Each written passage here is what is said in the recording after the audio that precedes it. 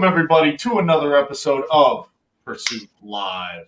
Joining me, as always, is your creator, my co-host, Mr. Dave. How are you doing, everybody? Cheers to another Friday night hanging out with the boys. And we did put together a smorgasbord of Thanksgiving knowledge and good times for you. Unfortunately, none of those people were available tonight, so you are stuck with the leftovers. But I guess we'll go around the horn with this motley crew. Joining me here in the studio tonight is John and Barrett from Only Bows. What's up, guys? What's going on? We have Mr. Broadside Ambush himself, Frank. What's going on, everybody? Of course, this wouldn't be complete without the Squatch. What's up, my people? And then we have the Reaper himself, Mr. Whitetail 101. What's going on, Brendan? Hey, Chris. Hey, everyone. Squatch. What's up, man? What's up, Wow, brother? that was so anticlimactic. I was expecting what's up, bitches? You motherfucker! It's late. It's late and I'm old, man, you know. Got up early to hunt. I'm getting old. All right. Listen, we'll accept it. All right, so we do want to make a couple quick announcements. You know, first of all, Frank did harvest another buck today, so we want to say congratulations, Frank. That was definitely another good accomplishment under your belt. Thanks, guys. Appreciate it. Yeah, congratulations. We basically everybody here except for me and Dave has harvested this year, and congratulations to the rest of you guys because it has been a good season for the community as a whole. You know, a lot of people have been out there grinding day after day, weekend after weekend, sunrise to sunset, and it's really paying off for a lot of the community, except for Dave. So, with that, I guess we kind of just wanted to have a little bit of a round table, a nice fun episode, and we'll see who stops by in the comments here. There may be something good coming up later on in the show, so. If you're watching, as we always say, it pays to watch. You told me we were roasting Dave. That's pretty much what it is. That's like every show. It's like every show. I wouldn't have literally joined is a bullet otherwise. point, on the outline. Yeah. Poor Dave's been roasted so much, he's well done. Come on. Yeah. That's how Chris eats his burgers. He's like a piece of Kingsford charcoal, man. He's still freaking burnt. That's all right, man. That's what I'm here for. I got thick skin. I can take it. I'm glad. Jeez, I could be crying. Nah, it's all good. Well, why don't we do this? Why don't we start with Frank, man? He's got literally fresh meat on the rack or hanging somewhere as we speak. So why don't you give us the quick breakdown of how that went down tonight? Yeah, so, had a good Thanksgiving with the family. Got up probably around 4. Took my time getting ready because I wasn't thrilled about going to sit in the cold. But so went out. I was in the tree stand by 5. Had a bunch of does came in. I think it was about like 8 of them. They ended up actually coming the other way. They ended up winding me. So they took off, and I'm like, oh, shit, here we go again. And probably about 5 minutes later, one of my Moultries goes off, and there's a small 7. He's out probably about 80 yards. And, but he's walking the other way, so I just let him go. So, stood up there, just kind of grinded it out. Probably about another hour and a half later, had a beautiful 8-point come in, and he stayed just out of my comfort zone. He was at about 50 yards. And, man, I was thinking about it, man. I'm not going to lie, but if I could have got a shot at him, I might have tried. But I was like, nah, I'll just, I was like, I'm going to go out tonight. We'll see what happens. So he basically left, had a spike come in. And then I got down. I was like, all right, go home, eat lunch with the family. I'm going back out because it was actually snowing here. So I was like, got to get back out. I probably got back in the tree a little after 2. Had a few more like yearlings come through like right away. I wasn't even in the saddle 5 minutes. Nice. And all of a sudden, it was probably another maybe half hour, 40 minutes. I look up, I see this big doe coming off this ridge, and she just coming down running. And all of a sudden, I see this buck come running right behind her, dogging her. Mm-hmm. So I'm like, oh, here we go. By this time, now all of a sudden, it starts like blizzarding outside. I can't really see shit. I'm trying to like clean off my binos. I'm trying to turn on the camera. Like I can't even like get the camera on because everything's so wet. But he finally I see him coming. He breaks off her. She actually scooted around me. He comes right to me at 19 yards. But he's on my weak side, so I'm trying to figure out how, because this is my first year saddle hunting, so I was trying to figure out how am I going to do this, because it's not like at home when I'm practicing and everything's perfect, right? Every little move I made, he was looking. So I was like, so it took me probably about 5 to 10 minutes to pull off the shot. He just stood there. He was looking around. He was eating a little bit. And I was able to finally come to full draw and take a 19-yard shot at him, hit him in the heart. He ran about 50 yards. I could watch him from my tree stand pile up. I called Squatch, called Mike, called everybody. I was like, here we go. I'm sending the group messages out. I'm like, he's down. It was a wrap. Nice. There you go. It's always good when you can see him drop from the stand. Yeah. Takes that whole equation out of it. Exactly. I'm like, well, at least I don't have to track him now. Hey, Frank, if I can intervene, why don't you tell them about the little discussion we had last night, though?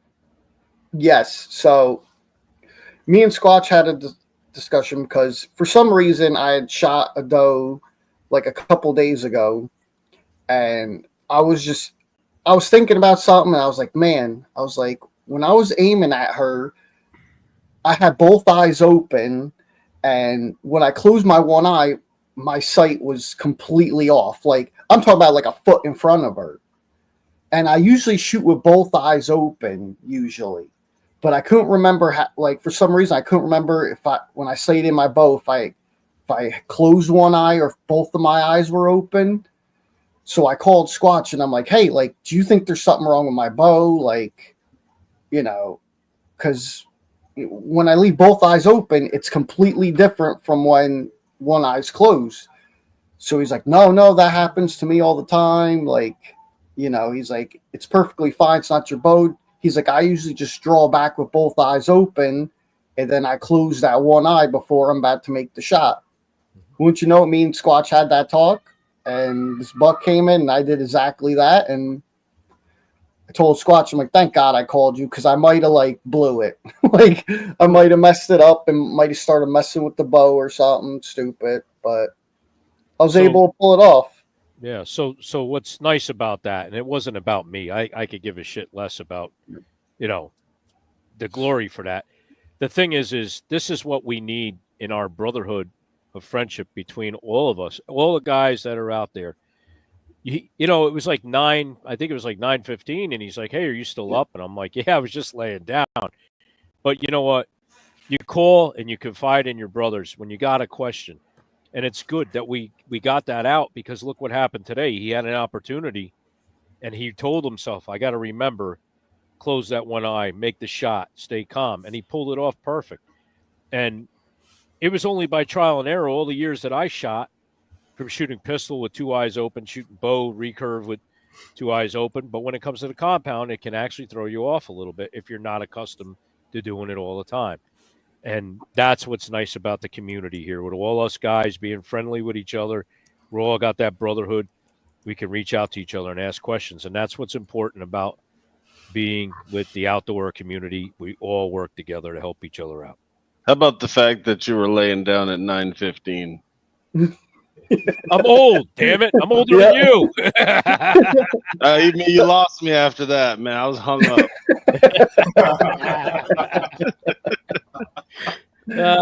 I had a belly full of turkey, my man. I was tired. That's it. And too much wine. Mm-hmm. Mm-hmm. Everybody had a good Thanksgiving? Yeah. Good. Good, man. It's a good holiday, right? It's like a fat man's Christmas. It's always a good holiday. How was your Thanksgiving, Dave? It was good, buddy. Thanks. I meant the morning. What did I do Thanksgiving morning? Did I go out? I can't even remember. It's just a blur of nothingness at this point. Just alarm clocks just getting beaten up at 3:45 in the morning. Yeah. But enough about my extravagant adventures. Mr. Reaper, what's going on, buddy? How you been? Been good. Been good. Hope you guys are. Thanksgiving was good. Yeah. Went out Thanksgiving morning. Saw some small bucks, some does. Nothing too exciting. Nothing worth jacking my day up over. You know, if you pull the trigger Thanksgiving morning, your wife's gonna be pissed. At least my wife's gonna be pissed. So it's gotta be a buck worth taking the heat over for me. Thanksgiving night, I got all my stuff ready. I didn't go to bed at 9 o'clock, but I went to bed at 11, and I guess I ate too much turkey because I straight slept till I woke up at like 7. I was pissed. But yeah, but I hunted tonight. Went out and sat over some historical breeding sign. It's just a place where generally over the years I've gotten some good bucks this time of year. So kind of trying to play off the historical data and get into good areas based off the breeding sign from past years, because I don't really have a buck at the current moment, so just trying to put as many odds in my favor as I can. But yeah, I'm glad to be on tonight. Thanks. Well, Yeah, some coyotes come through, right? Help is Reaper. You gonna break that recurve across your knee? That might help you out a little. Yeah, I'm on the fence about it because I after wounding that buck, I want to retire it, but I also think I should at least. I've gotten this far with practicing and stuff, so I feel like I should see it through.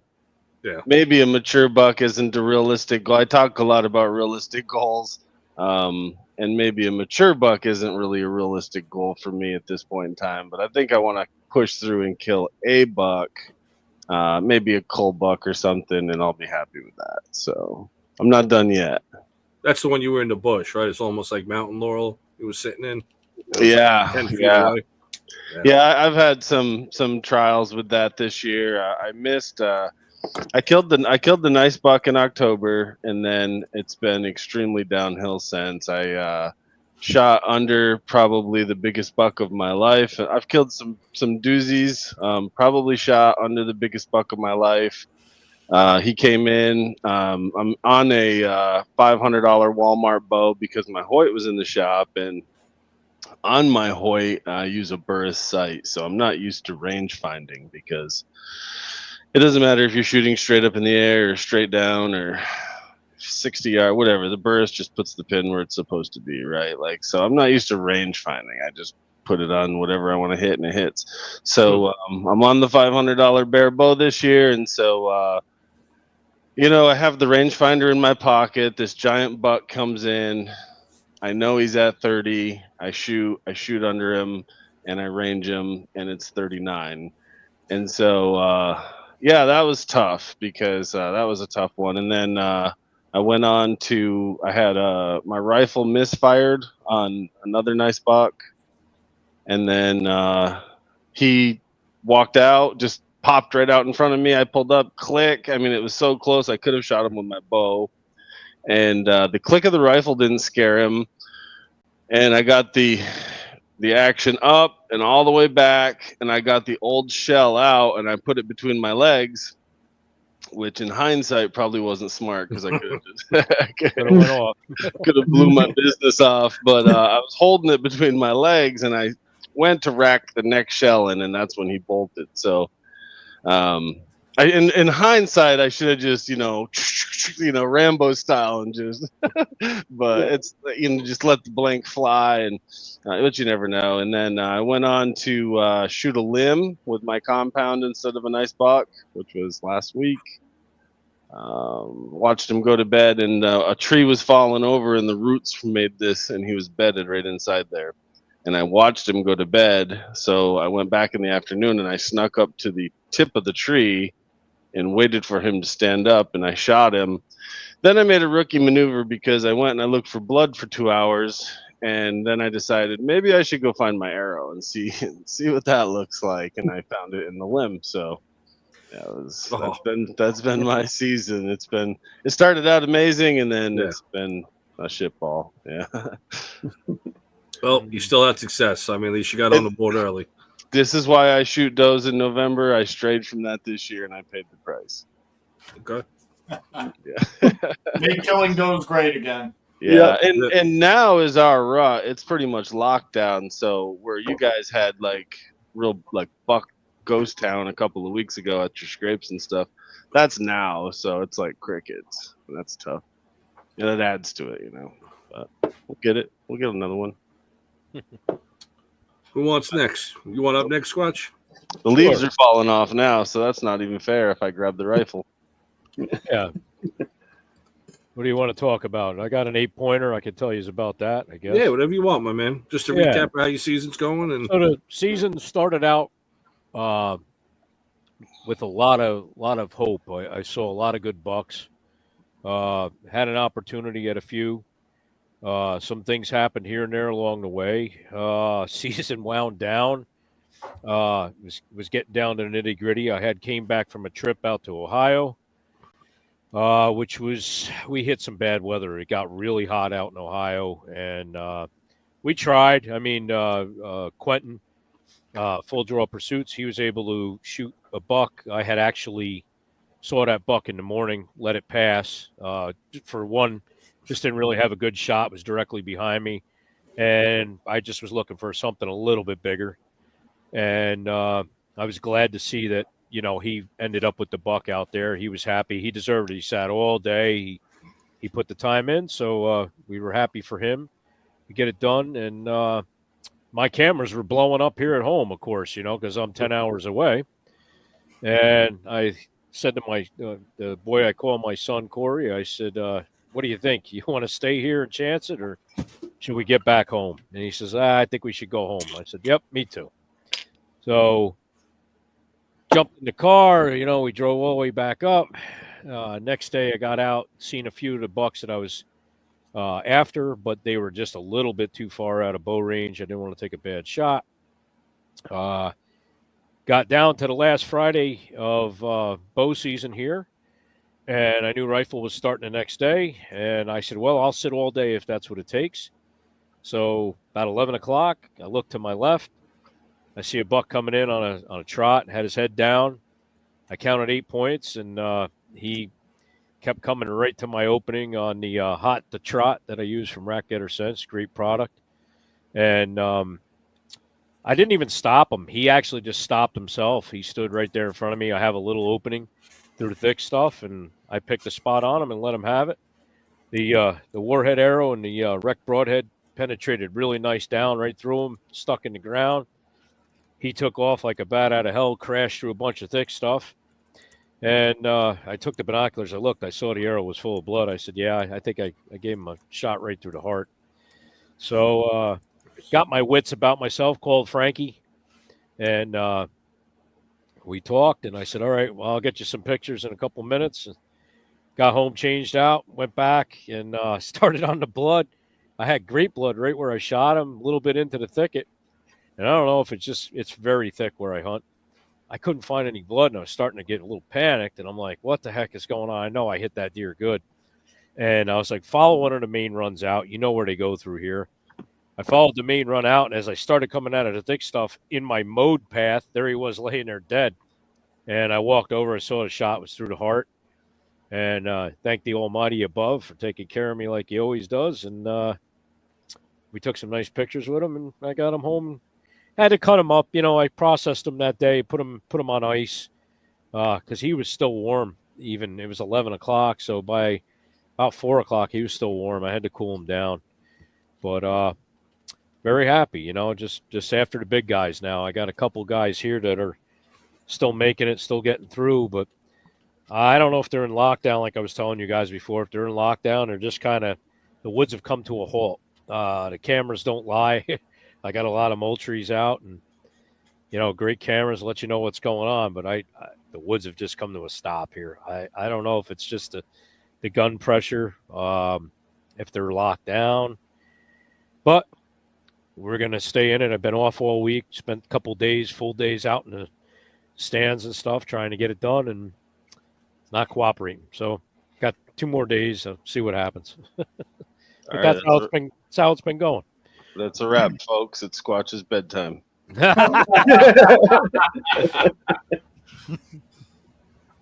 Well, I mean, how about this? There's got to be a time and a place for these all day sits, so you're not killing yourself. We still have a long season to go. Yeah. Is it at that point until we see a change in things?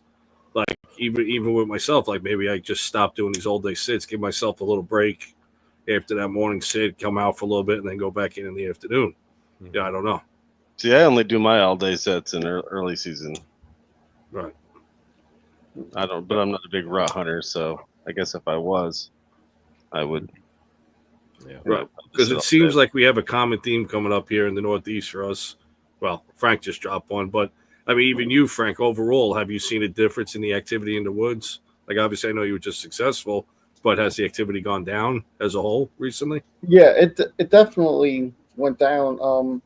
A lot of like my big shooters that I was seeing, even the one that one of the 10-pointers I hit and wounded, he was coming around all the time. Now it's like most of my big shooters, I don't know where they're at, but I haven't seen them in weeks. But I've been still on some smaller bucks. I mean, even the one I got tonight, it wasn't no giant, but he was a nice one. I was happy with him, so I was like, let's just get it done because pretty soon Monday actually opens up here for the muzzleloader season, and then we roll right into 6-day firearms. So they're going to all start getting shot up soon, and nothing's going to be moving. So I think it's important to know to make sure you know where your cameras are too. I'm suffering the same thing, but that's kind of why I went back to those historical areas because it's been a ghost town for me. And when I'm hunting early, I'm doing my all day sits early season because I find a buck late summer. He's still on that food to bed pattern. I'm hunting him over his bed, which means I've got to get in there hella early. He might not be there at 8 o'clock in the morning. What am I going to do? Walk out? I can't. I'm trapped. So I'll sit all day. And I'll usually, if he's got a bed that's burnt out to the dirt and I know he's half time living in it, I'll sit on him for a few days and usually get a crack at him that way. But this time of year is tough. Sometimes that deer activity is just in another area. That's what I'm trying to pick up on but I'm getting a lot of small bucks, and those older bucks I'm having a hard time finding them too. Right. Like I feel like the B-list shooters have taken over because the mature bucks aren't there. Mm-hmm. So they're able to take over. They're able to move in. Yeah, I'm passing a half a dozen 2-year-olds every time I sit, but I'm just not seeing any talent. All right. So let's bring it up to the Only Bougie crew. Well, I was going to say a couple of guys who aren't passing up on deer. That's what I'm saying. So let's get them in. Yep. So let's hear. I guess we'll go in chronological order for that day. Barrett, why don't you start us out with your hunt here? I feel like we got to haze him. He's got to sing a song or something. Fresh meat. Yeah. So what was it? Me and Chris went out. John had worked him overnight, so he wasn't out with us that morning. I was knocked out. Yeah. What time do you think we went in? Like 7. 7 we got in the woods. I'm a climber, not really familiar with the woods I was in, so kind of spent a few minutes picking out a tree. Start climbing up, and I'm halfway into where I want to be, and here comes a line of probably 5 or 6 deer, all led by 3 doe. One I'm pretty sure was Chris's 10-point he's been after. And then that was soon followed by a couple spikes and two other nice bucks. One of them, the one I ended up shooting. A couple hours go by. Me and Chris are texting back and forth about what we're seeing. I have a 8-point come 40 yards in front of me, crossing over, goes over right to Chris. Chris cracked the shot at him. Cuts up my backstrap. Runs Airing back. the dirty laundry out. All right, I like No, it. listen, I'm not afraid to say it. I did pop a shot at that deer, and I have no idea what happened. That thing, my broadhead passed right under its spine and right over its lungs. And this deer didn't flick its tail, didn't take a hop, didn't take a sprint. Wow. Like he just got stung by a bee. Nothing happened. Yeah. And just walked off. And I'm sitting there watching him, blood leaking out of him. And I'm like, what the hell just happened? He's texting me thinking, he's like, did you hit a tree? I'm like, no, I just popped that acorn. I'm watching him. Blood leak out of him. I don't know what the hell's happening here. We're kind of watching him like walk around a little bit. Now I got him at like 50, 60 yards. He's sitting there munching like nothing's going on. I'm watching blood leaking out of both sides of him. I'm like, what the fuck is going on? So instead of taking another shot at him at 60 yards, I'm texting Barrett. I'm like, listen, I think he's headed back towards you. Mm-hmm. If you see him, stick him. He's like, no, I don't want to do that to you. I'm like, if you see him, stick him. Period. He's like, okay. So he started walking over towards Barrett again. And Yeah, he got 35 yards from me. I ranged him at it.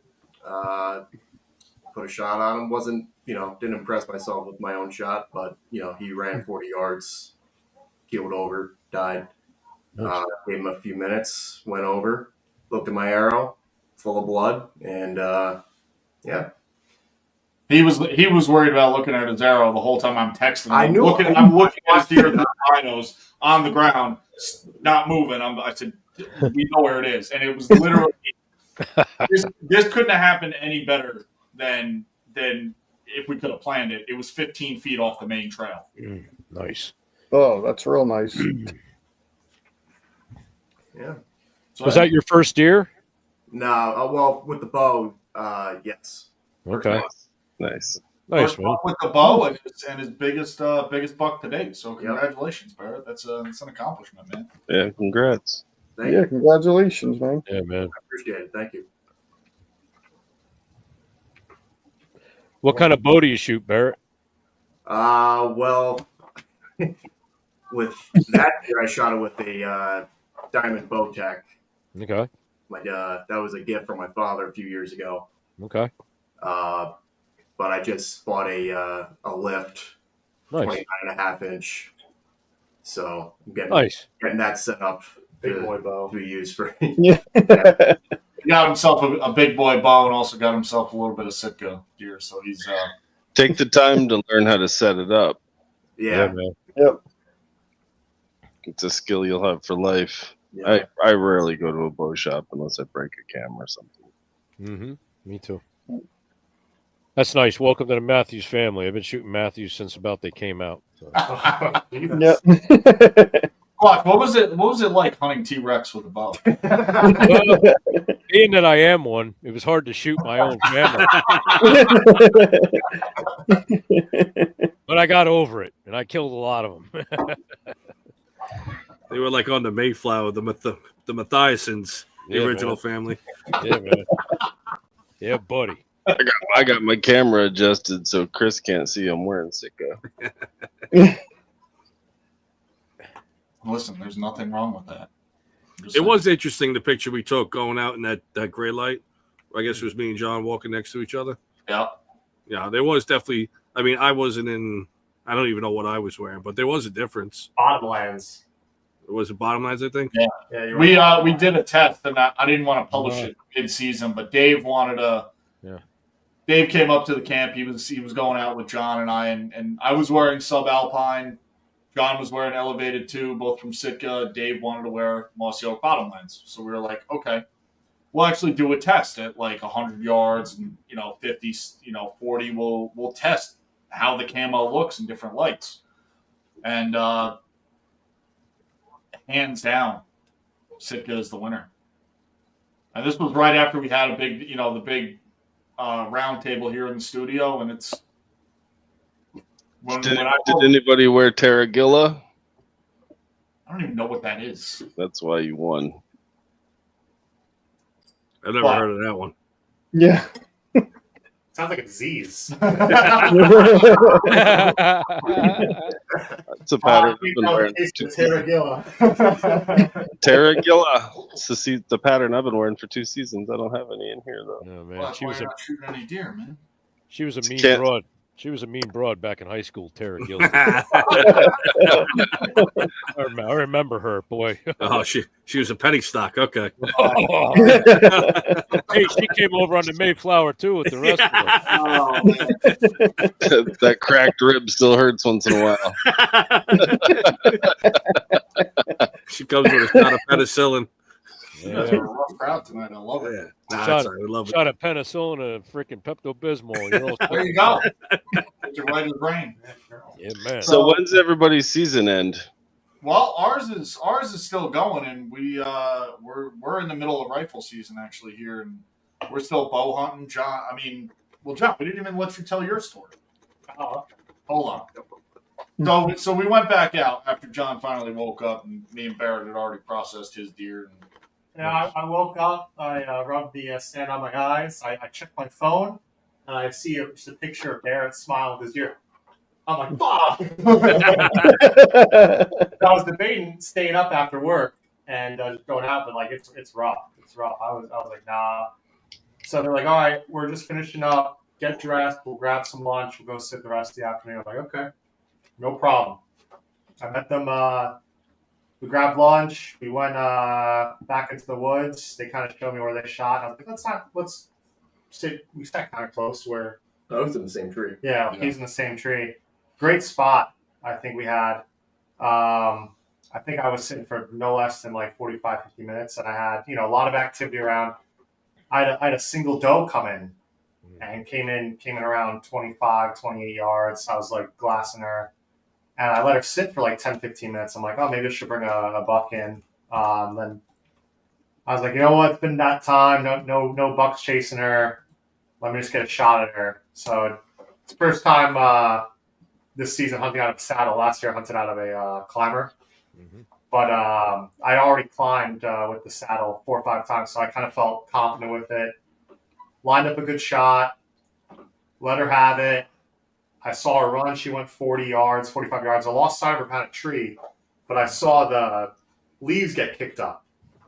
So I was like, okay. She's probably down. I can't see the deer, but I see the leaves, and then the rustling stops. I'm like, okay, sweet. I told them. They didn't even know I shot. Matthew's that quiet. When your knocks aren't exploding. Chris is So I let them know that all right. So we had a ton of activity. We had bucks coming and everything. So we sat till dark, and then finally we're like, oh, you know what? It's 20, 25 minutes past shooting light. Let's get down. So we climb down. I go to my arrow. There is 0 blood on this arrow. Oh my god! Not even a speckle of blood. No hair. Nothing. It was like a tiny speck of blood on the fletching. And I'm like, holy shit. And I'm like freaking. I'm like, oh, dude, no way. I haven't seen the doe. And I see them walking in. We met in the middle of my doe's laying right there. Severed trachea. It had no trachea left. Huh. Yeah. Huh. But That's crazy. 0 blood. No blood. I'm new to hunting, pretty new to hunting, like 3 years, but I've never seen that. I've never even seen people post pictures of that. So Yeah, no, you won't see that posted too many times. The old Columbia necktie. They're not going to teach that in Hunter's Ed either. It's effective. yeah, it worked. Yeah. she went well from where she was saying. She probably went 25, 30 yards. Right. But yeah, not far at all. Well, you think about it. If you ever come into that unfortunate scenario, you have to finish a deer, by hand. That's where you go to end it as quick as you can. You don't want any type of hunt to come down to that, but it's a lethal area. That carotid artery, the aorta, all that. It's done. You're gonna choke it out. No, you're not choking it out. I'm just saying the amount of the blood loss. Sleeper hold. Yeah. Was it a carpet of blood? Honestly, in one area. Where it was laying, it was fucking drenched. Yeah. Wow. But there was no blood between the arrow and where it laid. Yeah. So I've been in that situation, and It's not. It's actually not easy to cut some. I think anything's throat. Like I don't think No. it'd be easy to cut a rabbit's throat. So, my go-to move is to just use my knife like 2 ribs back and just like they do with pigs. Just end it that way. Right behind the. I believe you because I tried, and Chris and I have talked about this. Yeah. Off air. You can just insert your knife, two ribs back, and it's over just as fast. It's pretty easy. Yeah. I had one. Hate to say I've learned that the hard way, but yeah, it's a story I don't air because it's graphic, but it happens, And I told Chris the whole story. I'm like, it resulted in me having to get, ground level with the dough and finish it. I just wanted to expire, and it's not like the movies where you just walk up with the knife and you give it a quick little cut and it's done. It's not like that. That shit's like a butter knife on the neck. Yeah. Yeah, you got to go in and up. So anyway, Dave, before we got to put the tinfoil hats on. Yeah. Yeah. When I saw from the saddle, it wasn't straight broadside. It was like quarter to me. Mm-hmm. I think I thought I was leading a little too much. I just right through it. Yeah, I carried it out and just got drenched in blood. But I did see you carry that. Why did you want to carry it? Photo up? Because the thing was like it was small. I always wondered that too, Dave. Yeah. I would have wanted to cover all that. Where I live, there's so many ticks. It's like just from skinning them, they're running around on your hands. Yeah, I was like, Did you have and you had the cavity facing on your neck too, right? Well, it was either way you put it, it wasn't really. I guess, yeah. John, did you shoot it with a mechanical or fixed blade? Fixed. Okay. Fixed. Oh God! If you shot that thing with a mechanical, it would have taken I would have said it wouldn't have been hanging on by much. Yeah. No, rather at the time, I was like, rather than drag it out, it wasn't far. I mean, we had 200 yards. Yeah, 200 yards. I was like, I could pretty much just walk with this thing without having to like go back, get a sled, do anything crazy. I was more worried about your ankles because it was dark. No, we were walking at night. Yeah, we were out of the woods in 6-7 minutes. Once you guys get to that area where I guess it was like the excavator trail or whatever, it's at least you have something, and then you got that last patch. Yeah. You got a bushwhacker through, so it's not bad. At least you have some type of trails now. It's pretty good. I've heard of bleeding out catfish. I mean, it's not that much different. Just don't do that during rifle season, man. That can end up really bad for you. Yeah, right. That's true. That's a during valid. rifle season. It was during rifle season. No, it It wasn't. was? No, Was it? No. Are you sure? Yeah. Oh no, No. before. I think It was they- before. it was 16. Because the day before rifle season, I put my orange shit in my bag. Yeah. Yeah. Yeah, because you'll, No, that's a you'll good put that point. thing up on your shoulders. Yeah. Next thing you're taking a hood ride on somebody's freaking cat. You saw that guy. I shot a minotaur. So, all right. I guess we should throw some disclaimers out there. Yes, we're making some jokes now, but it's a part of bow hunting. That's obviously not the shot John was planning on, but it was super effective, and that's a part of bow hunting. You learn from it, and like we said, John, you're out there and you get it done, man. You're stacking the bodies. That's the best way to learn. Yeah. And then there's me and Chris. I'm sorry, Dave. How many Cape Buffalo have you killed this year? All right, there it is. There it is. I was waiting for it. He was coming to an end soon. He's not going to be able to use that for sure. Yeah. It's not a show without the Africa pitch. Dave We killed got- like 6 while you were on your safari. Yes. We What call did I them kill? You killed like 6 when he was on that safari. We just didn't tell him. Yeah, it's true.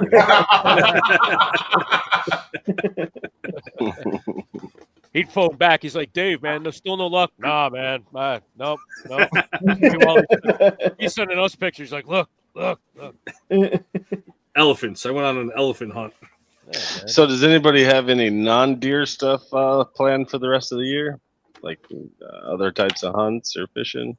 I've got enough on my plate trying to get deer on the ground, Reaper. I know there's we're talking about a boar hunt.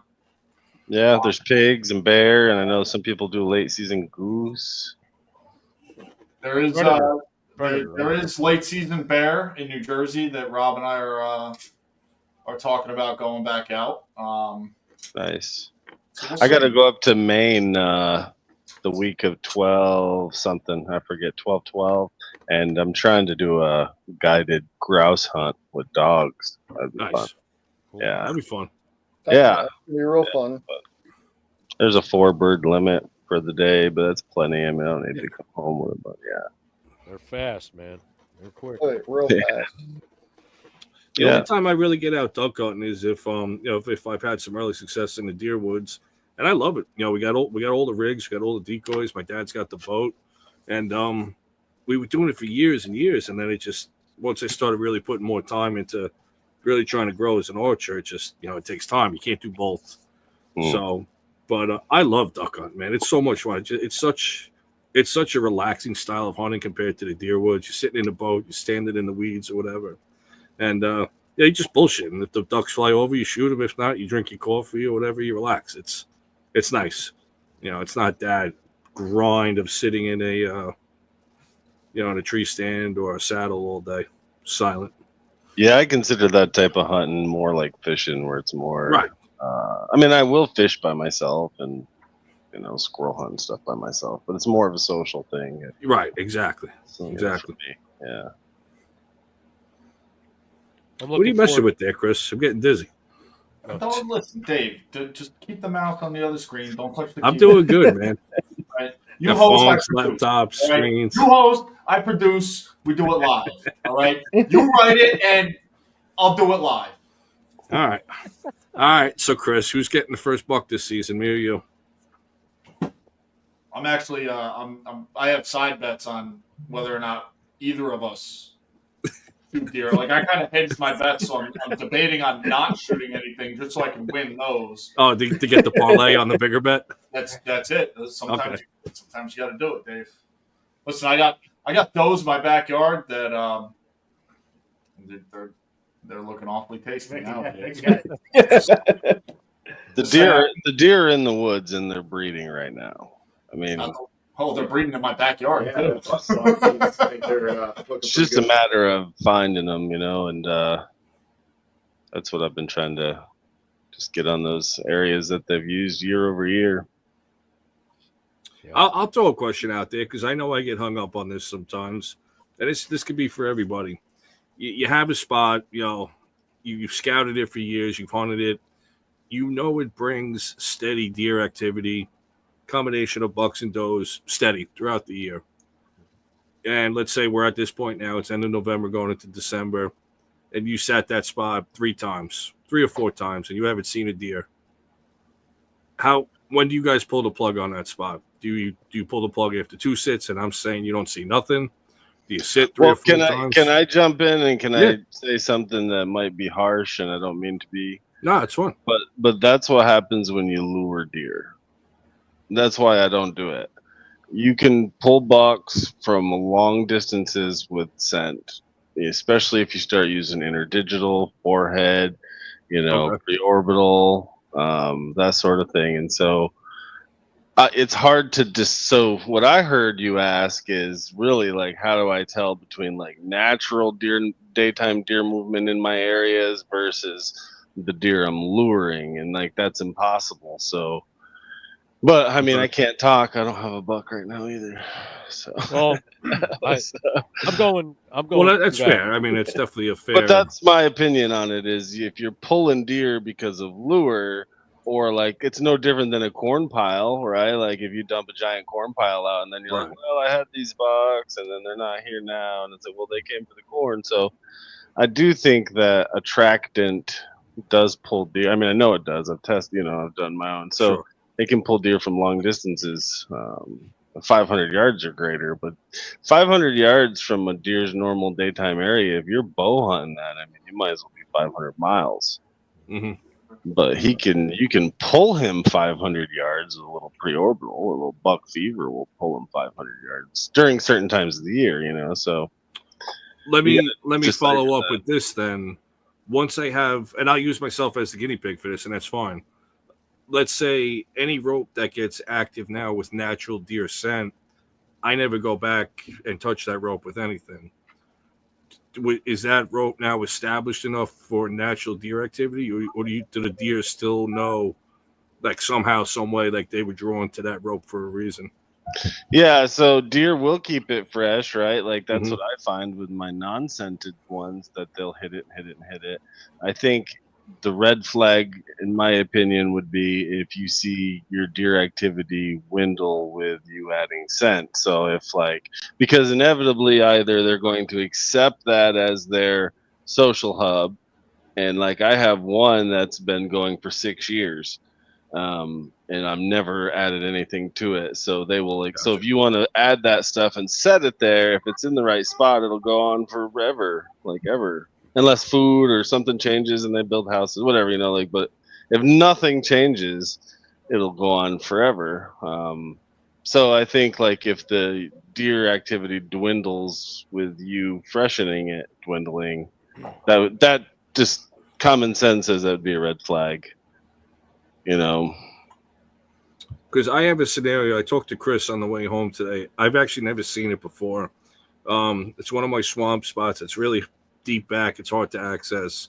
I've had cameras and ropes there. This is the 3rd season now, and I've never seen this before. And it happened today for the 2nd day in a row. A 7-pointer, it's either a small 8 or a 7 with a 6, locking horns for like 20 minutes at a clip. Then the cameras would go quiet for about a half hour, and then they would both circle back and do it again. Like I had to upload like 5 sets of videos on this one camera today. Like it was just all day long going off with these guys locking horns. I have never seen that before. It's in a very pinch point area. Again, this could be for anybody. What are these bucks trying to establish at this point? Because without a doubt, they're not the mature buck in the area. There's only, in my opinion, one of 3 things that bucks fight for: either breeding, a bed that's like primary bed, like there's one good bed, the best buck's gonna get that bed, or maybe there's 6 beds, the 6 best bucks are gonna get the 6 best beds.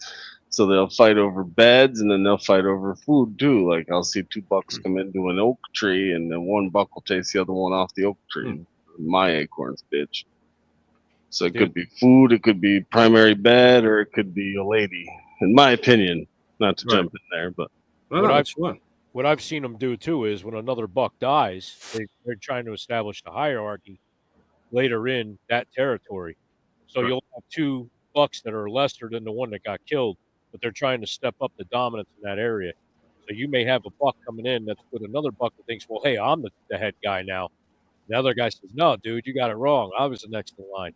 Like they do naturally in September. I mean, the herd's figuring it out, they're sparring, etc. And then, and then there's a lot of variables. Yeah, I think maybe coyotes pushed a deer 10 miles out of his range or something. Who knows? Or maybe, maybe he got hit by a car and swam a river, and he's in the wrong neighborhood. And then when you're in the wrong neighborhood, you got to fight. So, and that was kind of my concern. Like the reason these bucks are here with this presence is because these other higher caliber bucks are allowing them to do this because they're not present. I think though a lot of times though this time of year, what I see is them smaller bucks, like the 3-year-olds, will be fighting like that because you got an old buck with a doe. Yep. And she's hot and they can smell it, and he's got her, and they're pissed off and they can't get near her, and so they're just fighting each other. They're like, you know, trying to just being riled up. Like I'll see that when an old buck's with a doe, the younger bucks will start fighting around like satellite around them, you know, like kind of like I would have bumped in there, but I just didn't feel like it, you know. Are you guys getting any remnants of the rut still, like locking up or anything like that? You guys seen any scrapes or rubs? I haven't seen hardly any rubs where I hunt, it's all scrapes. I got rubs. I got lots of rubs. Yeah. Scrapes. I got rubs, scrapes. The scrapes they're closed in. The scrapes are closed in because it's weird. Here is a little different than like a lot of places because I've got predominantly awesome doe bedding grounds that like they're just here all year. And I have does that come in October, I have does that come in November, and I have does that come in December. and they're different family groups. They don't always hang together, but they do run that area a lot. And the really neat thing about it is you may have a buck that's dominant that locks down a doe. He'll stay with her for a little while. Things will be slow, and then all of a sudden you'll see the chase begin, and it's a whole nother family group. It's a different group of does that are there. And like I said, I watched, just like, we've discussed before, I watch during the springtime. I watch when fawns are born, and it goes to show. You see the smaller ones that were bred later on in the season, and it has a lot to do with it. It's your doe area. But I hunt doe bedding grounds. I hover in them. There's not leaves where I hunt, so I can sneak in trails that I cut. I don't disturb a lot. I'm able to get in and out really quiet. And there's been times I've climbed into my stand and does are standing up and just walking nonchalantly out of their bed. And, the bucks come in to peruse. They'll tear those bedding grounds up. And, like I said, right now they're in that kind of like transition to the next rut. They're just waiting.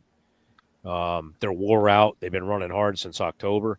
But this year with October, was like not like any other year that I've seen. When we got the full moon rising in October and we got that cold snap at the same time, that was freaking textbook, man. And my cameras were out and they were on fire. I was just like you said, you had to watch video after video.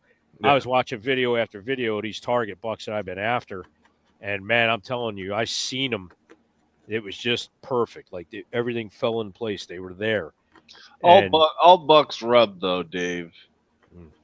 Oh yeah. All bucks rub. Yeah. So back to the descent thing. I mean, it's possible that a couple of 100 yards away, you've got some forest that's just shredded. Just got to find it. Right. But they love your ropes, man. That brings them in like candy. Yeah, see, this is the weird thing though. They love Dave's ropes. They can give a shit less about mine, and I'm literally using Dave and I talked about this a lot, like years ago, right, Dave, about that. And I told him, and he asked me when he was getting into it before he ever bought his first rope, and I told him my opinion, which was I've ran them literally two alongside like a natural vine and a rope, and they always hit the vine, so I quit buying them. But then Dave just booner after booner after booner. It's like, well, damn, it's got me rope shopping. I've been very quiet with my account as far as like I haven't been posting a lot as far as a lot of the trail cam pictures because of I've learned there's a lot of guys hunting in the area and I know who they are and they're very effective hunters and we all kind of know each other and I think without saying it we all kind of figured it out. But you guys, I've shared a lot with you guys. You guys are, my buddies at this point. That's what adds the frustration to it. Yeah. From the summertime on, you're feeling good, scouting hard, putting the time in to track them down. And you're like, all right, here comes the season. It's just like, what the fuck? It's really hard not to post deer pictures too. Yeah. I almost never post a buck picture before I kill him. I mean, because it never pans out. It's always a story like Old Man Earl, where I'm like, yeah, let me post. He's really daylighting like 3 times a day, hitting my scrape. I'm gonna share some pictures, and then I never kill that deer. Right. That's how it always goes. Not 99% of the time, but 100. So it's very rare. Like even I just like sharing it just for whether it's informative or just sharing. Yeah, I know, I do too, and I have pictures of the Magnolia buck. I hunted him for 4 years. I wanted to share pictures, and it's like, if I share pictures, I won't get him. Yeah. So, Dave's Christmas shopping list: crossbow, thermal sight. Yeah. Whatever it is, man. I don't know what the last piece is that I'm missing. I don't think it's like scent control issue. I constantly have deer coming up. Within under 15 yards coming onto me, bucks, does. I don't think it's a scent issue. I'm not in a deer at the moment. That's the same fucking thing that happened last year. And that was my goal this season is to stay in the most densely deer populated area. And it's like you guys know how it is. You go to spot A, they're in spot B, 150 yards away. You go to spot B. Two things, Dave. In my opinion. Yeah. I learned in the past when the cameras are driving you freaking crazy, shut them off. Don't look at it. Just hunt. Second thing, go where the hell that you think they're not and hunt. Okay. The cameras have definitely been a crutch, and I've caught myself using them, without a doubt. Just shut them off. Just shut them off. Don't even look at them. Shut them off. If you got target bucks in the area, they're going to be back in the area. They're going to stay there. They're going to stay there. Don't drive yourself crazy because cameras will drive you up a freaking wall. Yeah. And when they, they're great. Don't get me wrong. It's just like the friggin' internet. You can have all these guys' opinion. I almost said assholes. You almost had all these guys' opinions on stuff. Whatever. You take the stuff, the knowledge, and use it to your advantage if it works for you. I'm just telling you, in the past, I've dealt with it, been stressed out. Frankie will tell you. You guys know Frankie's my personal therapist when it comes to hunting, right? Pretty much. Yeah. We all got a rabbi. You got I've ran a lot of cameras for a really long time, and you have to ultimately decide what you're trying to do with your cameras. And so I used to love getting big buck pictures, and I used to use a lot. I used to buy Buck Fever like 6-packs. And I bathe it. And if your goal is to use that trail camera to hang a rope or a vine, like I used to use vines and some Buck Fever and get a buck picture, then great. But that's not the best place to hunt. And you've got to hunt where the bucks live during the day. And so your only other choice is you can use your trail cameras. And I choose to not use scent now because I'm trying to use my trail cameras to figure out how deer are traversing the landscape naturally, not like if I can pull them 500 yards with a corn pile. So I'm trying to see how they're working the landscape, and that's what I'm using the trail cameras for. And so I would say initially I would dial that back with the scrapes. That might help you keep running the cameras, but just dial the scrape activity back, because I think your scrape game is dialed in. I think if you pull that away from your arsenal for now and you just focus on running cameras and finding where them bucks live, then you implement your scrape. So if you implement your scrape game too early, you're just luring deer. Right. And then on top of the eliminating scrapes from your game for next year, starting out eliminating scrapes, the other thing, you only have two choices to figure out where the bucks are living to kill them, which is one, boots on the ground. You got to go in and find where the rubs are and where they're living, where the beds are, that they're pulled out beds to the ground. Or you've got to,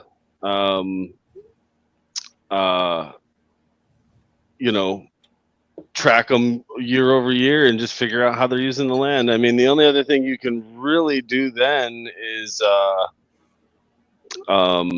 find your food sources. And if you know where your food sources are, you can kind of figure out your buck bedding from there, because of the way that deer bed in layers.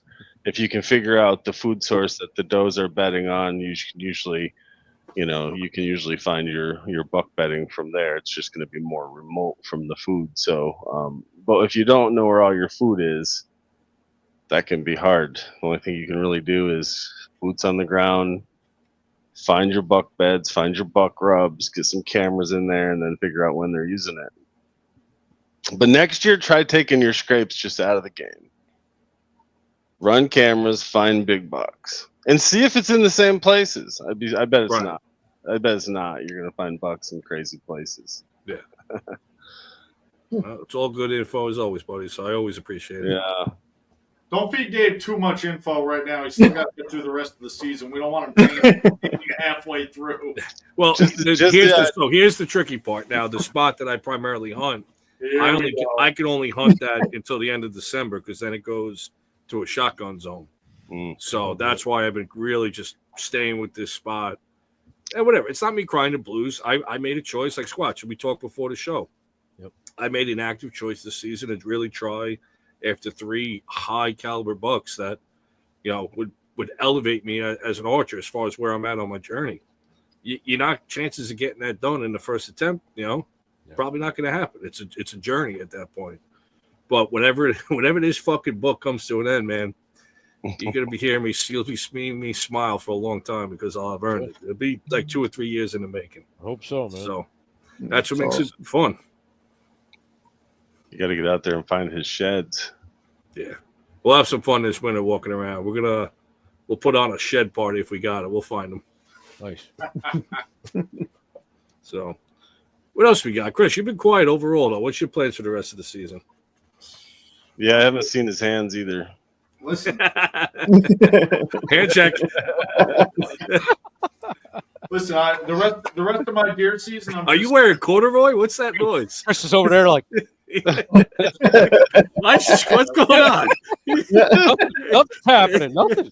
Listen, I got 4 other guys in the studio. That would be fucking weird. It's only weird if you look on in the their couch. eyes. Showed up doesn't mean Yeah, we're gonna that's get weird true. all of a sudden. Talking about It only means something if you look deep into their eyes. It's How weird do you want to take it?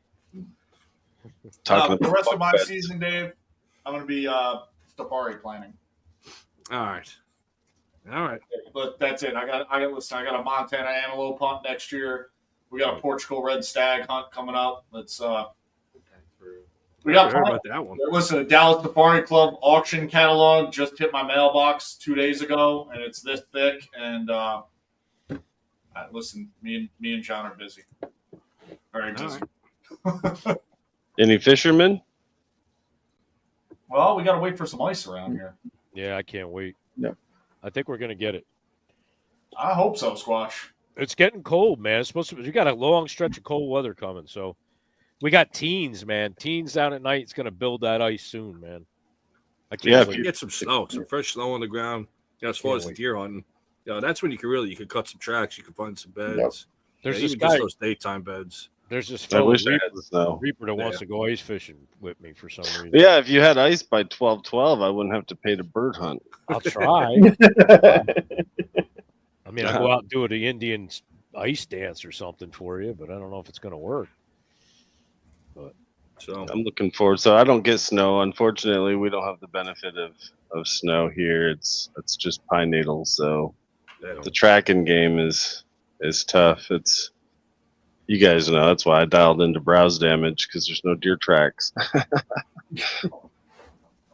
It's amazing though. I'm walking through the woods now, and you look down, and again, I'll give you so much credit, man, because I'm teaching stuff now. It's like my brother and my dad that, just from listening to you over the past year or so. I'm like, look at all that browse damage right there. My brother's like, what? What are you talking about? I'm like, look. And then I'm showing him in his videos, like, look, the tail's cup. And he's like, holy shit, he's right.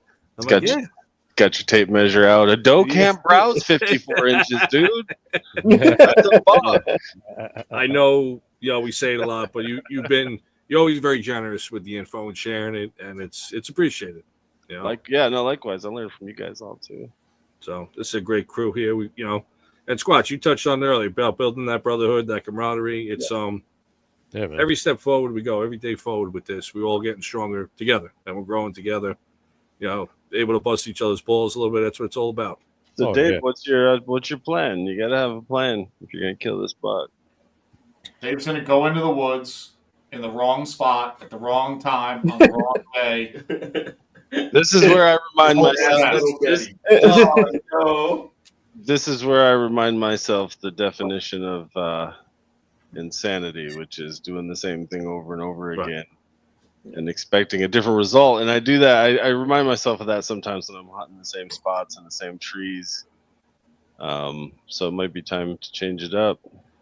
The only other option I got then, and I'm geared up for it, is In those same spots, but Dave, get in the truck right after the show. Come on up. I'll have the door unlocked. We'll go hunt.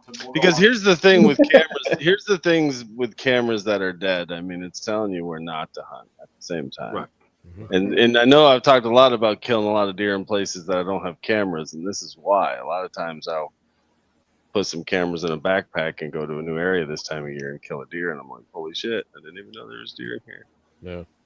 So I have 2 options on my plate, and it's starting tomorrow. I'm going to I have a house where I got private permission to kind of walk through his backyard essentially, and it puts Nice. me onto some public land, which is good. And that'll be the second season there. I really haven't hunted it, scouted it good.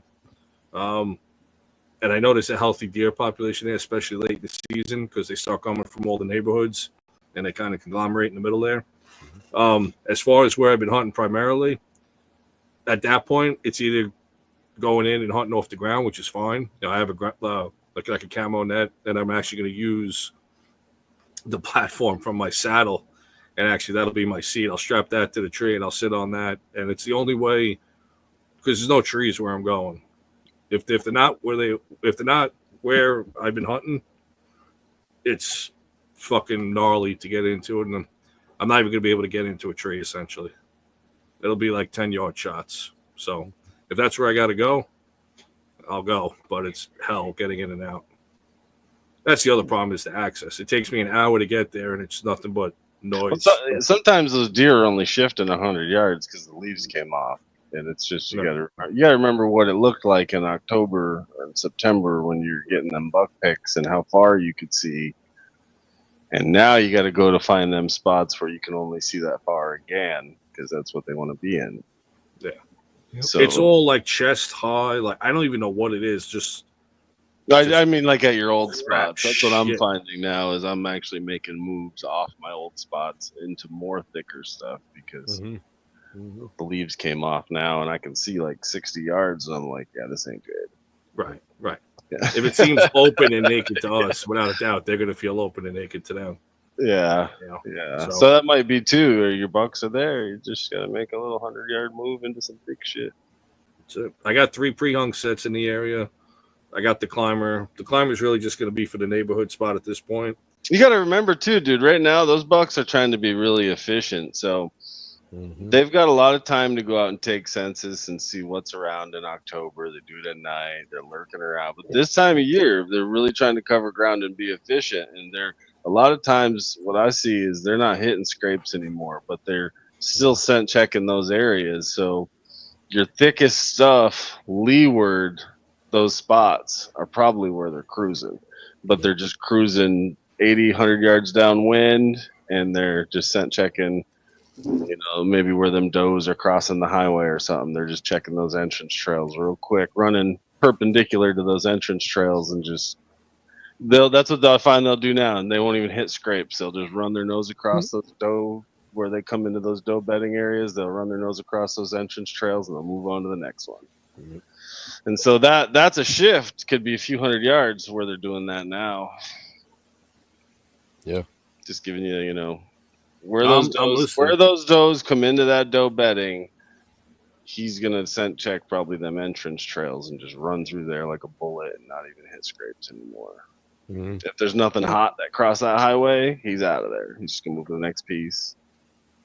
But the good thing about that too is you're going to have another buck that's a stranger coming into that territory sometimes, and you'll pick him off because he doesn't know the lay of the land. So you got that to work for too. It's kind of a catch-22. Like Reaper explains, yeah, that's really good. That's what's happening with that locality of the family that you have there. But sometimes, like I've caught them where all of a sudden they're just like somebody that's a stranger that comes in, and you got them because they don't know the lay of the land. So it's that's why I said it's a lot of it right now is just seat time, putting your time in, trying to, figure out what you got going on with your population. If you know there's hot does there, then yeah, sit by it. But like Reaper was saying too, and I've seen it too with myself. You get comfortable, you stay and wow, I killed a lot of deer out of this tree. It's gonna produce. Right. Not all the time. You got to kick yourself in the ass and go another couple 100 yards down or something like he said. I do it too. I've done it for years like that. I get worked up. Just put your time and it'll come here. But nah, you got to change it up sometimes. You just got to move around. They're moving around. You got to move around. They're breeding. Yeah. Yep. Yeah, and I got a funny feeling that it's going to happen off the ground this season. I honestly think one of these bucks is going to go down. And it's going to be one of those days I walk in with this ground blind and I just come across, fresh hot sign. I'm just going to post up and it's just going to be like right at dark. I keep telling myself that because I've been staring at it. I'm like, well, what are you waiting for? Just take it out. I'm light. I'm as mobile as I could be at that point. You guys have a lot of success out of ground blinds. It's not even a blind. It's just like a camo burlap, and I'm bringing just like a I have a strap pop over me. up blind that I've been determined to kill a deer with that thing, but it's like they just see it. It's not. It's Yeah, like, no. it's- Where I'm at, it's you're either walking through like these chest high briars, or as you move into like more of the pines, older pines and oaks, it's all deadfall. So unless you really have a path mapped out to get in and out, I get what you're saying, and if my first deer was a buck, I would kill it. So a lot of times, what I'll do is I'll go down and make these bottoms where it's real swirly, and I'll pick a spot and I'll take my pop up blind and I'll like brush it in where all 3 windows are closed. I'm just literally looking at a little peephole. Mhm. Just to kind of keep my scent inside the blind. The idea is, I guess, keep my scent inside the blind. But the first deer is never a buck. It's always like a doe. She sees the blind and then she blows at it. No, this is just straight up, just literally going in with a backpack, a camo net, and my bow. They're just hiking. Gotcha. Yeah, I can trick them with just my camo, but I just want something to break up some of that movement. That's all.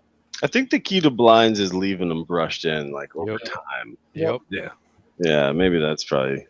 I'm just trying to throw it out there and hunt out of it, and they're just like, nope. You got to leave them up. Leave them up. Let 'em get used. You know, I got a box blind that's made out of plywood and everything. It's a nice little setup.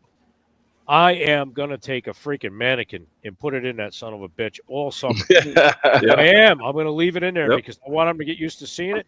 I got a ladder stand that's out. When the foliage falls off, I'm doing the same thing. I'm making a plywood silhouette. Yep. And I'm gonna put it in there and leave it. Let them get used to seeing that because, man, I'm telling. And it's not my idea. I've read it. I've read it that it works. I've seen guys, write up reports on it to do it. And it makes all the damn sense in the world, man, because if they get used, I've learned deer are just like a creature it's like, I don't know how many times they've done that head check, down, up, down, up. Yep. And if you don't move, you're fine. But if you start to move, they'll catch it.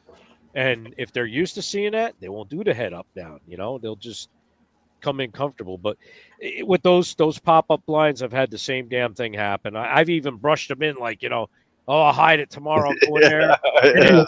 And you got that freaking 17-year-old doe. It's got varicose veins in her legs. She's so old. She comes out. She's like, oh, no, we're not having that. She starts blowing at you and forget it. You might as well just go home. I said when I bought the thing, my idea was like I set it up thinking the first deer is going to be a buck, of course, like everybody. It's always a doe. And on the hunting shows, it is. Yeah. Yeah, every single one. What are you talking about? On the First half hour too. Yeah. But that kind of goes into what I was saying about like with layered bedding is if you can find the bucks are always coming after the does because they're bedding deeper than the does from the food. So if you can find your food, but when you're hunting like urban, like where you're at, Dave, finding the food is a gambit because it's mostly nut trees and browse. I mean, you probably don't have any ag or any it's not like standing crop or anything where I'm at. Yeah. Or field, like soy field or anything. Is it like a beach? Like the whole thing is like one beach, Ball Island? In some, there'll be some areas where I'm hunting. That's the idea, Dave. Why aren't you hanging out in one of the lifeguard huts? Yeah. They did open one of the outer beach permits, and I didn't realize until too late.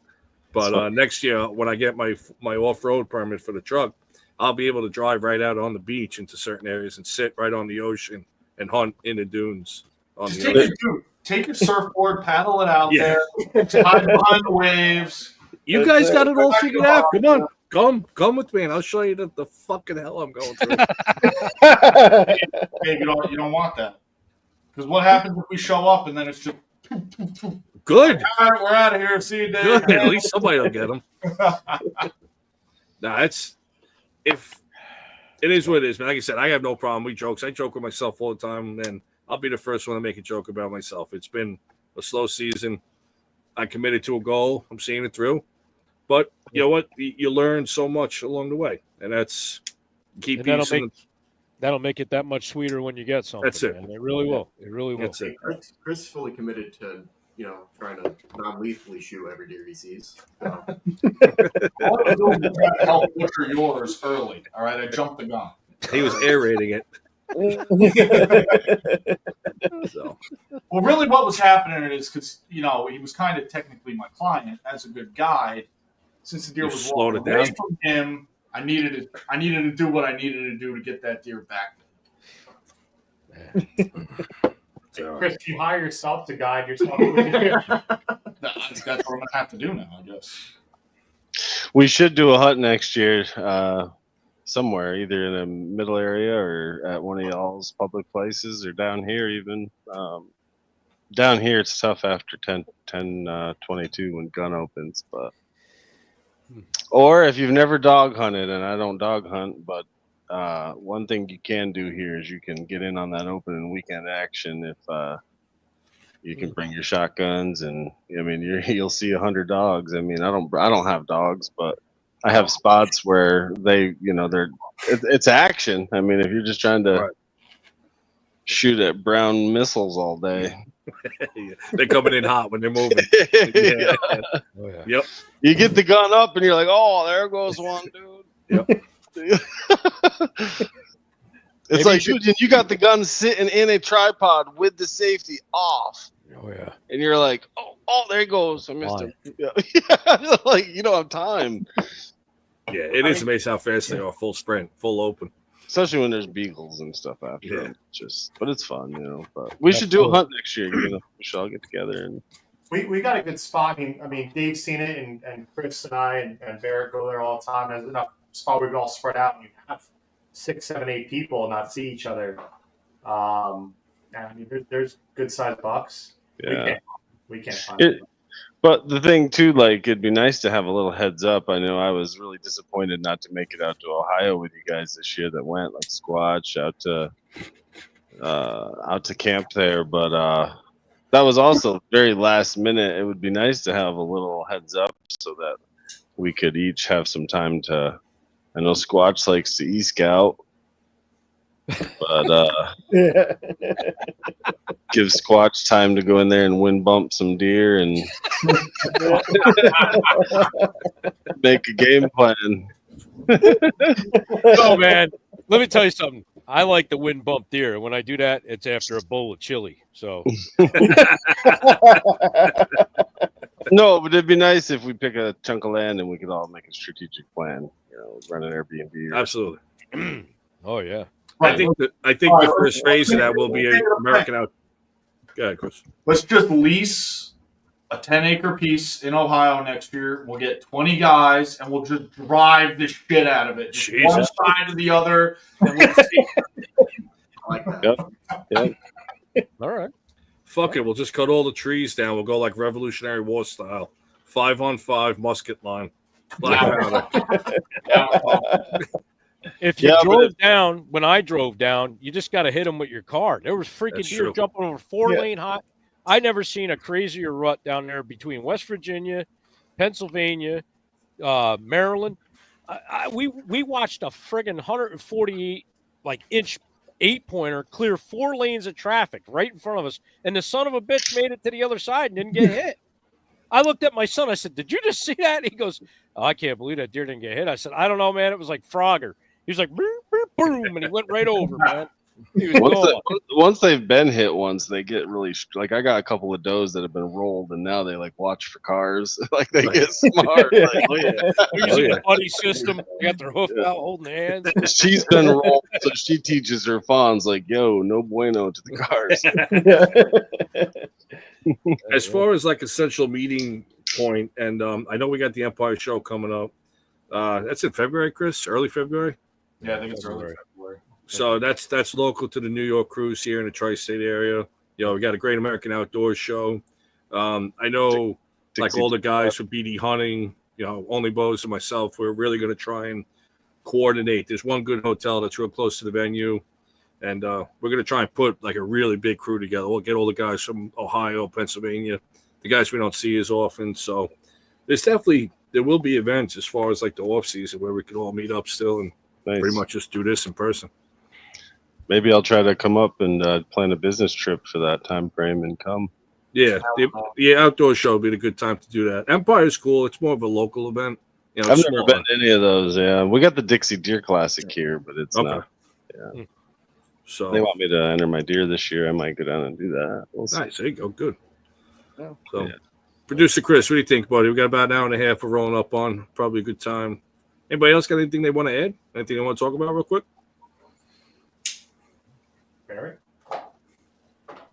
No. All right. No. We Yeah, appreciate you guys hopping on, though, and joining us for another episode. Appreciate that. I appreciate the invite, guys. Absolutely. Yeah, man. Thank you. Yeah, guys. So, Frank, you even got tags left, or what do you got left in the pocket for you? Oh yeah, no, I still got tags. We still got muzzleloader. We got Okay. 6-day firearms. So Nice. I'm Frank's still got good. another good 3 or 4 deer on Good. on the plate. Good. Good for you, man. Plus, Yeah.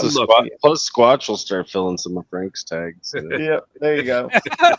Or vice versa. He'll have to sign them over. Listen, Nice. I'm too busy e-scouting. Just leave me alone. Yeah. Frank already has it written out. Squatch has my permission to transport my deer. That's it. You nailed it. You nailed Good it. deal. So obviously we'll all stay in touch with each other. You guys are doing a great job. We appreciate the support as well. Anything you guys can do to help promote us here at Pursuit Live, just like we do with everybody else's accounts and page, it all adds up. Any subscription we get, every follow. So we appreciate it. We're in this together, like we're talking about. What else, Chris? I think that's about it for now, man. I think that's it, man. We just gotta, you and me gotta do some hunting. That's it. Yeah, 3:30 comes quick, so that's it. Well, not for these guys. They got to get their mocha lattes and their bear claws, and then they go that into the was woods cool. at like 7 o'clock. Dave going in, stopping for coffee and something to eat before we go in the woods. Yeah, like what are we doing? What the hell is this? We go in the woods, and he's like, "Oh man, it's light out." He's got his headlamp on. I'm like, "What are you even bringing up?" Yeah. We get in the You put a woods. cup of coffee on in me, and I'm like, I don't want to do shit now. We got in the woods. season's Dave been got tough. in the tree. We had deer moving all day. He's like, I have no idea what the fuck. Where am I? Squatch, you only got until February to get some ice, because then the big catfish start biting. Well, I know that. Yeah. So I'm going to try to do the ice dance for you. We'll see what happens. Hopefully I get some ice for you. If any of you guys want to come down and catfish this winter, let me know. Big old cats. He catches some monsters, guys. Holy crap. I've never been catfishing. I don't think I've even had it, eaten it. It's not a catfish if you don't have to bear hug it to hold it. All right. Well, If you can hold it out, it's not a real catfish. I'll bring Hannah Barron down with me. She'll get it done for us. I knew that was coming. You bring the wife down, yeah. Still waiting on those DMs, huh, Dave? Yeah, it's still empty. I think she just brought a stalking charge up against Dave. APB. That's why my activity's dropping like a stone. So, all right. I think on that point, Chris, why don't you wrap us up, buddy? All right, everybody. Well, to everybody who tuned in tonight, I want to thank you for stopping by, checking out what we had going on. Frank, Reaper, Squatch, Barrett, John, thank you guys for taking the time out and sitting. Thank you. Thanks for having me. We always appreciate it. Appreciate it. Hopefully we can do some more of these and actually talk about deer that Dave and I killed. Where did Freddie Mercury come from? Wait, you didn't see me here the entire time? No, where the hell did he get? He's back. I've been here for like an hour. Sing a song. Sing a song. He came in through the window about 20 minutes ago. I literally crawled in the house. Wow. He looked, showed up in the basement. So man, if there's ever a Queen tribute band, bro, you got to go be Freddie, man. Holy shit. Chris switched Wow. from beer. I'm a Chris terrible switched from, fucking singer, though. Chris switched from beer to water, so he's ready to wrap it. oh god. All right. So everybody, thank you for stopping by tonight. Jesus. If you haven't already, head over to YouTube at Pursuit Live. Smash that subscribe button. It doesn't cost you a dime. It helps us out a whole lot. So we will be back next Friday, 8 p.m. live right here. You can't miss us. We're here every week. And we love bringing the show to you guys. So everybody that tuned in tonight, thank you guys. Thank you for sitting down and shooting shit with us again. And Good night, Squatch. Again. Good night, with Brandon. that, everybody that's going out tomorrow, good luck. Thank you. Shoot great. As always, be safe. See you guys.